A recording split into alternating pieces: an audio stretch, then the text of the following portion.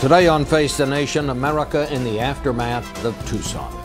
I want our democracy to be as good as Christina imagined it. The president recalled the hope of 9-year-old Christina Green, the Tucson gunman's youngest victim, as he called for a new civility in our national debate. But can it happen? Or will this awful event drive us further apart? We'll ask Rudy Giuliani, the man who came to be called America's mayor in the wake of 9/11. Pennsylvania's outgoing Governor Ed Rendell and Arizona Republican Congressman Jeff Flake. Then we'll bring in two of wounded Congresswoman Gabrielle Gifford's close friends, New York Senator Kirsten Gillibrand and Florida Congresswoman Debbie Wasserman Schultz. On this week that marks the 50th anniversary of John Kennedy's inaugural, I'll have some thoughts on the chain of violence from the Kennedy assassination to the events of last week. But first, has Tucson changed the debate? On Face the Nation.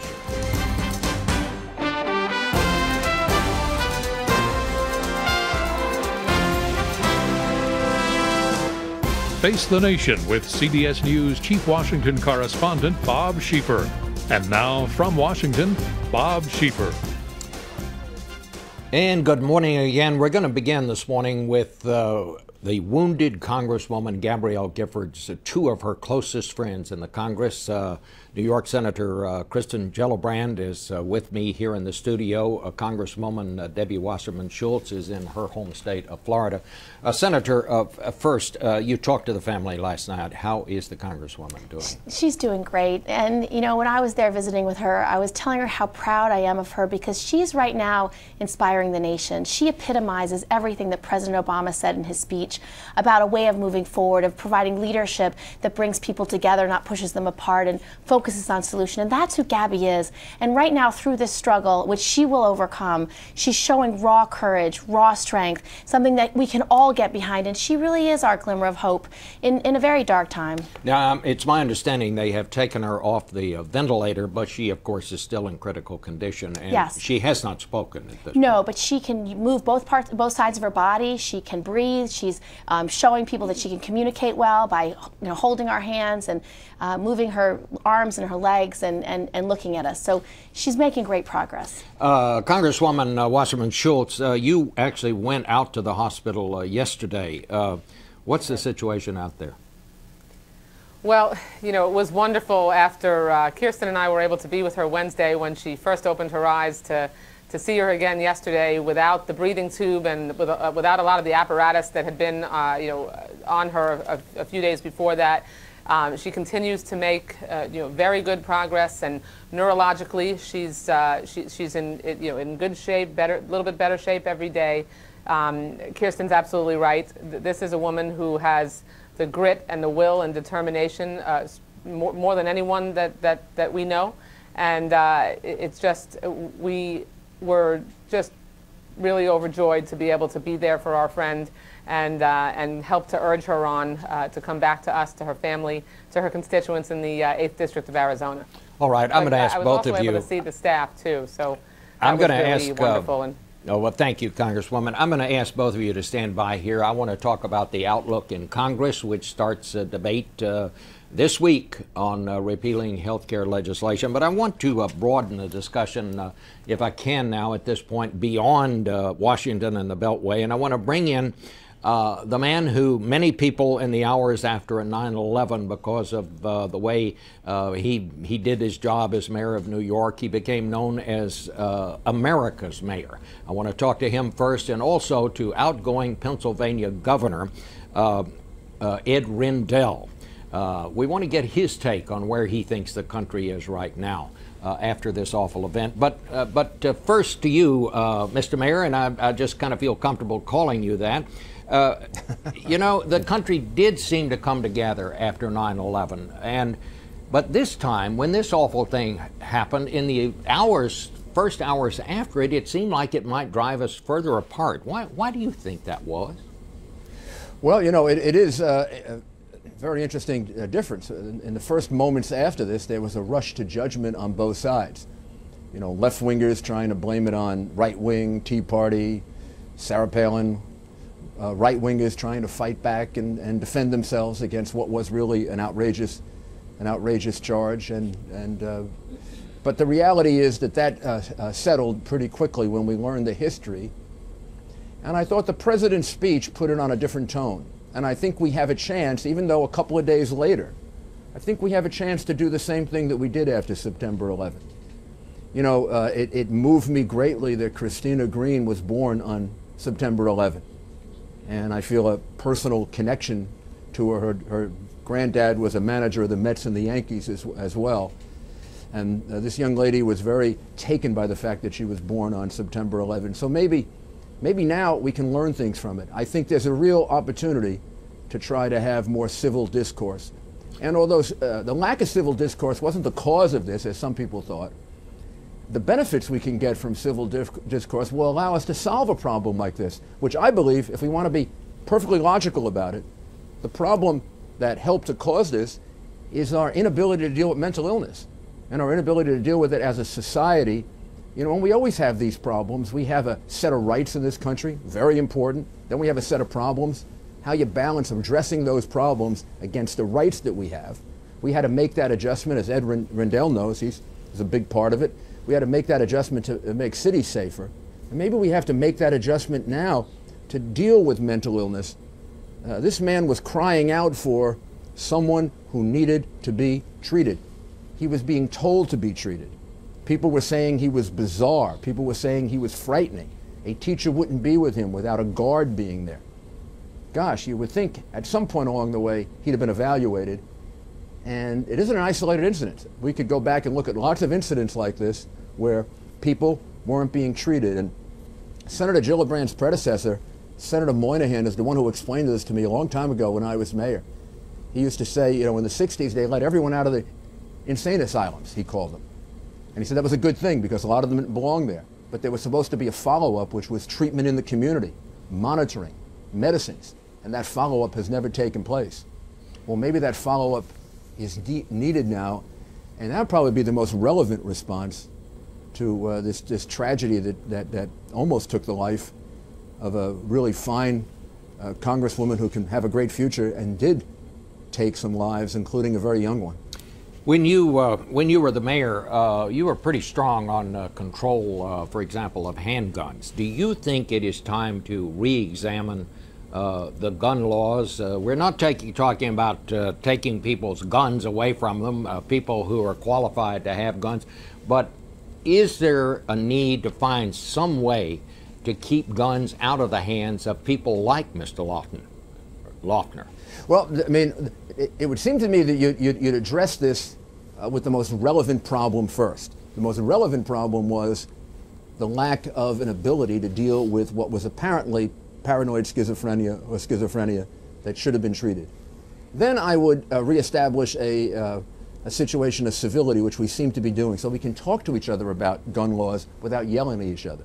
If we do those first two things, I think we could take a look at gun laws and see what can be done that doesn't affect the constitutional rights that people have to have guns, the right they have to protect themselves. I mean, there are people that would argue that if more people had guns, this may not have happened, because somebody might have been able to take action immediately and stop him before he inflicted either damage or as much damage as he did. We got a very strong debate on guns. We're going to need a level of civility to discuss it that leads to rationality. I think we should also discuss immigration if we could get ourselves to the point of not demonizing each other over it. But I think the critical thing is, let's see if we can act rationally and on point. The most important thing that would have prevented this is if this Loeffner had been identified as what he clearly was. And there's something wrong in a society where we have so many of these situations. We had the Major Nadal, you know, a year and a half ago. Major Nadal, for 3 years in the Army, was indicating a desire to participate in jihad, and we promoted him in the Army. I mean, we're making a big mistake here, not changing our procedures with regard to mental illness and then some form of involuntary appraisal of people who display situations where teachers have to have guards there to protect themselves. Mr. Mayor, what was your reaction to the way that Sarah Palin reacted to all of this?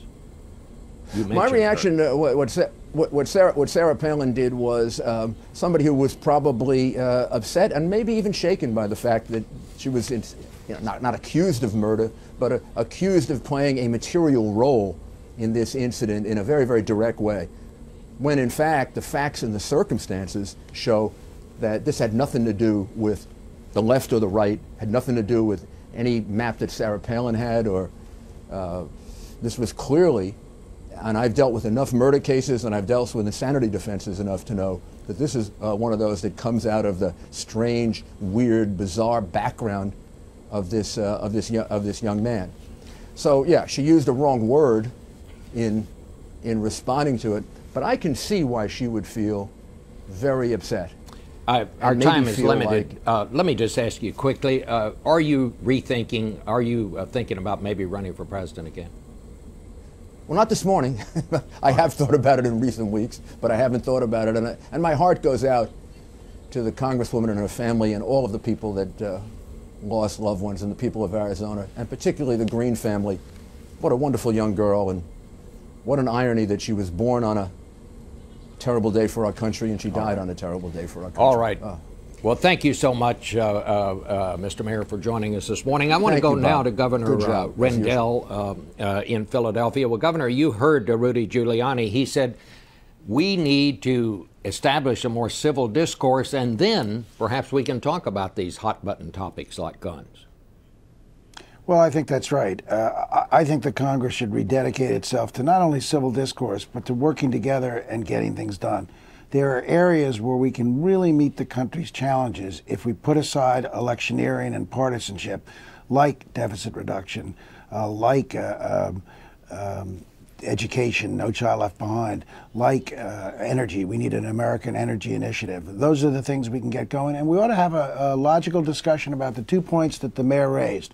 One, how to get an early detection system where we can get people help, but also get them classified as having mental problems so that they are no longer eligible under the Brady Bill to buy firearms. Had this man been classified, had he been committed civilly at any time prior to his purchasing the gun from Walmart, he would have in fact been denied access to that firearm. But then, Bob, I also think we need a rational discussion on guns where we put aside the pressure from interest groups and we take a look and say, does any citizen protecting themselves or their home or using a handgun to hunt, do they need a clip that has 33 bullets in it? And the answer is, of course not. The Congress, I think the nation's spirits would be lifted if the Congress acted quickly with the president and reinstated the assault weapons ban, which also had the ban on these large magazines, these clips that carry 30-plus bullets. Do you agree with Mr. Giuliani in that the president's speech may have actually changed the debate and the discourse? Well, we'll see. I hope so. I thought the president sounded all the right themes. I think it was a great speech, and I think he put a lot of care into it and didn't make it political. But we'll see. And really the first test is on health care.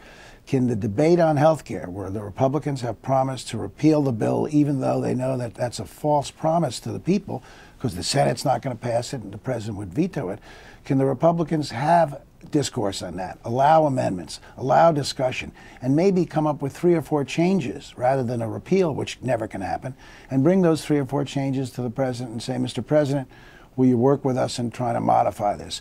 That, to me, is the important thing, not that everybody sits together during the State of the Union. That would be a great symbol for the country, but that's not long-lasting. We need to spend this year addressing the nation's problems, whether it's health care, whether it's education, whether it's energy, whether it's deficit reduction, whether it's gun control. We need to discuss those problems in a rational atmosphere where we don't demonize each other and where we listen, Governor, this is sort of your valedictory as governor on Sunday television. You leave office on Tuesday. How has the country changed since you came to office? And how do you feel about the state of the nation right now? Well, I think, first of all, in my 8 years, I've seen the level of partisanship and ideological posturing just increase and increase and increase. And I think it's tearing the fabric of our government apart. And if these lives were lost for a reason, the reason is, if we can take something good out of it, this is a wake-up call to all of us that we can't go on the way we're doing. We just simply can't do that. And if that happens, this tragic day will have done some real good. Secondly, I have found that the recession has really hardened people's attitudes. And what's important going forward, if I were to give a message to the American people, is you've got to be able to discern the difference between very important government spending, investment in our physical infrastructure, our intellectual infrastructure, and wasteful government spending. The latter should be eliminated as quickly as possible, and that money should be saved to reduce the deficit. But we can't stop investing in our growth. No business that's successful does that, neither should we. All right. Governor, thank you so much for being with us on this Sunday. We're going to be back in a minute and talk to her close associates and friends in the Congress, the friends and associates of Gabrielle Giffords, in a minute.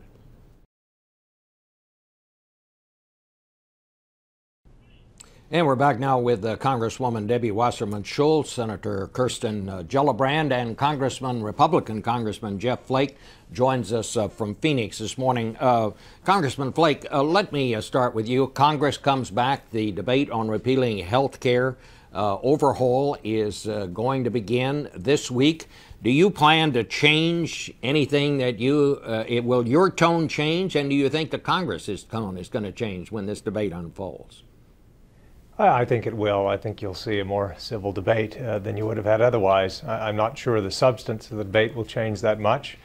I think Republicans are committed to repealing the law in the House, obviously, but I do think that the tone will change, and that's a good thing. I think it was a good decision to put it off for a week.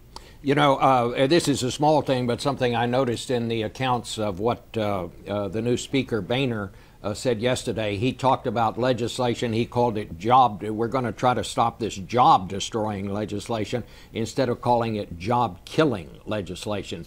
Do you think that is going to, can that possibly continue on here, or am I just being kind of a Pollyanna about this? Well, I think that we Republicans and I think Democrats alike will realize that if we tone down the rhetoric sometimes, our debate is more effective from our own side. If you take a cue from the movie industry, you look at the top grossing movies, they're almost always PG or PG-13. It's better to have a more civil tone and a civil debate, and I think it behooves all of us to do so. Senator Gillibrand, you are one of those who have gotten behind this idea that when the president makes his State of the Union address, that instead of all the Republicans sitting on one side of the chamber and all the Democrats on the other, that people just sit together. That's obviously a very cosmetic thing, but number one, tell me, how is that going?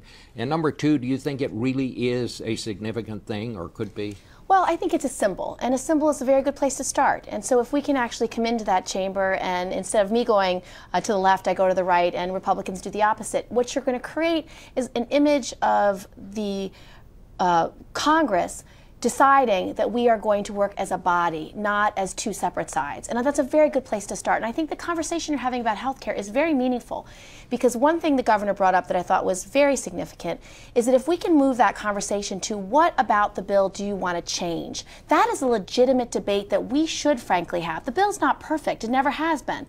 For example, after the bill was written, a lot of our small businesses came to me and said, there's a lot of paperwork I now have to fill out. There's too many paperworks. Every time I spend X number of dollars, I have to fill out a form. We can change that. That's something we can absolutely agree on. But talking about repealing the whole piece of legislation, well, let's break it apart. Are the tax cuts for small businesses not something we can all agree on? I think it is. Are making medicines less expensive for seniors by closing the donut hole? That's something we all agree on. Making sure we have more choices and more competition, that's an American value. That's something we agree on. Making sure everyone covers preventive care, we can probably keep that. So having a debate about substance in recognition that the divisiveness of national politics has become so undermining of our ability to be successful is very important. And I think the president's call to action is extremely meaningful for that reason, because all he's saying is that our democracy has to live up to the expectation of our children, that we have to solve the problems of the day. And a very significant issue that we have to get to is the economy. We have to focus on how we're creating jobs. All right, let me go to Congresswoman Wasserman Schultz quickly. You know, I say this not so much to be critical, but you are very outspoken. You come to a point when you are in a debate, Congresswoman. Do you plan to dial back your rhetoric when the Congress convenes this time? Well, I don't plan to debate my values and the principles of my constituents any less vigorously, but I think it starts with us, and we have to lead by example. And so I think all of us need to be more careful about the words that we choose to use, including the things like the title of the repeal of health care reform. I'm glad that Speaker Boehner chose to verbalize a different title for that bill, but they so far have refused to actually change the title of job-killing health care repeal. So I think we need to be leaders by example, and when we do that, then hopefully we're going to be able to push the shock jocks and others outside our process to take a page from our book. And if we have a more productive civil discourse, then we can really live up to President Obama's words and Christina Taylor Greene's dreams of her expectations for our democracy. All right. We've got to lead by example. Let me go to Congressman Flake quickly because we're running out of time. Congressman, what is going to be the hardest part of all this? Well, I think keeping this tone that seems to be now set into the future. It's easy to slip back into old ways, and like I said, I think we can have the debates we need to with a more civil tone, and frankly I think we'll find that that's more effective from both sides, but keeping that into the future is going to be a tough thing. All right, I want to thank all of you for being with us this morning. I'll be back with some final thoughts of my own.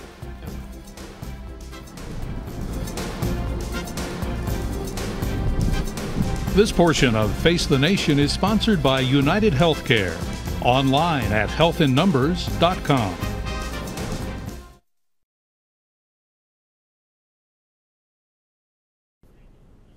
Finally today, when I read that Thursday marks the 50th anniversary of John Kennedy's inaugural, I could not help but remember how Kennedy's message of hope and change had inspired so many that day, and how those hopes were dashed and the confidence of the nation was shaken when he died such a few short years later. I was there, I remember, and I could not help but think of those days and the chain of violent events that followed as I reflected on the events of the last week. I thought about how weapons like the cheap mail-order rifle that Lee Harvey Oswald bought to kill Kennedy, and weapons even more powerful, are still available over the counter to people like Jared Loughner. And it made me again wonder, is there not some way that we can change that? Poll after poll and election after election has shown Americans want the right to own a gun, and I believe in that right. But if we can find a way to bar minors from buying alcohol, if we can keep those with bad eyesight from driving, if the Army could find a way to keep Loughner from joining, can we not find a way to keep the mentally deranged from buying weapons? If we do not, violence will become an ever larger part of our politics and our national life, because it cannot be otherwise, simply because technology is making the weapons even deadlier, and the irrational will continue to do irrational things. We can never stop that completely. What we can do, at the least, is to make it harder for them. We also have a right to safety. Back in a minute.